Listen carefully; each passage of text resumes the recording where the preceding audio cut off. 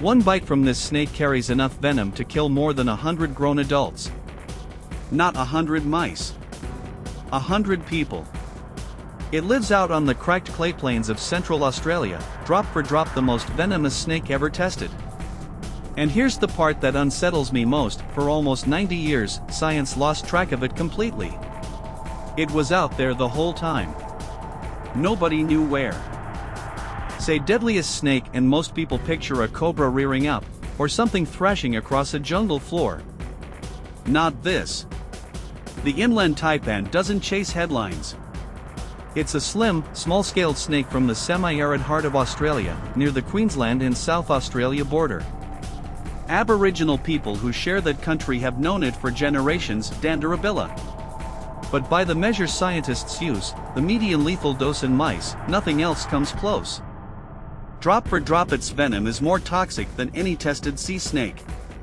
Tested on human heart cells in a dish, and it's the most toxic venom of any reptile they've measured. Sit with that for a second. Of every venomous reptile on the planet, this one tops the list. And you've probably never seen it. Here's what makes it so precise. The inland taipan is a specialist. It hunts mammals, small warm-blooded animals down in the cracks of the clay. And its venom is tuned exactly for that job.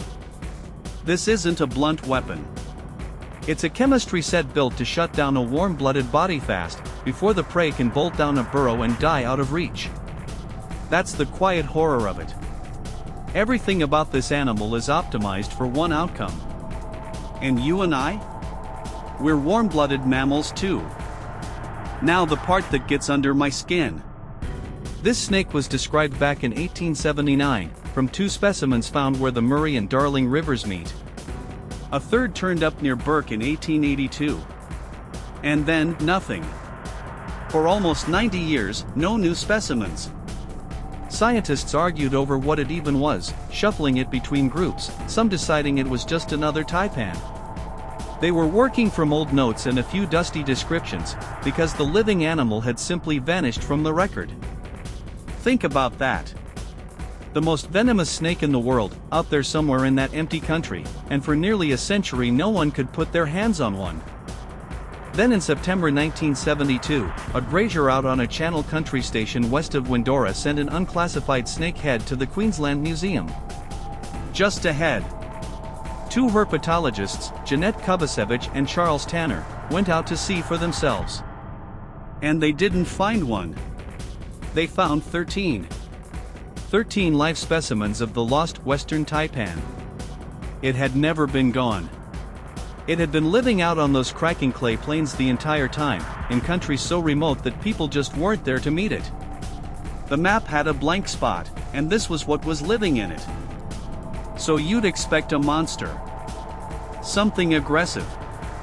It's called the fierce snake, after all. But here's the twist: fierce was never about its temper.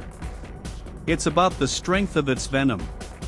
The animal itself is shy, reclusive, generally placid. It lives in remote country and it rarely runs into people at all. In fact, its coastal cousin, the coastal taipan, is usually considered the more dangerous of the two in practice, not because its venom is worse, but because of how it behaves when it meets a human, and because it lives near where people actually are. The inland taipan holds the deadliest venom on Earth. And it would honestly rather you never found it. There's one more shadow over all this. In the 2 places it was first found, northwestern Victoria and near Burke in New South Wales, it hasn't been recorded since the late 1800s. New South Wales now lists it as presumed extinct. Victoria calls it regionally extinct, after exhaustive searches turned up nothing. Across its core range it's doing fine, listed as least concern. But at the edges, where people first laid eyes on it, it has quietly slipped away. The same animal we lost track of for 90 years is now vanishing again from the margins of its map, and we're still not sure exactly why. That's what stays with me about the inland taipan. It isn't the aggression, because there barely is any. It's the combination. The single most potent venom of any reptile alive, loaded into a shy little snake that hides out in the emptiest country Australia has, in a place so remote we managed to lose it for the better part of a century. The most dangerous animal isn't always the one snarling at you. Sometimes it's the one you'll never meet, sitting quietly in a crack in the dry clay, carrying enough in a single bite to end 100 lives, and asking nothing more than to be left alone out there in the blank space on the map. If the quiet ones unsettle you more than the loud ones, subscribe. I've got more deep dives into the animals that don't announce themselves. Tell me in the comments which predator you want next.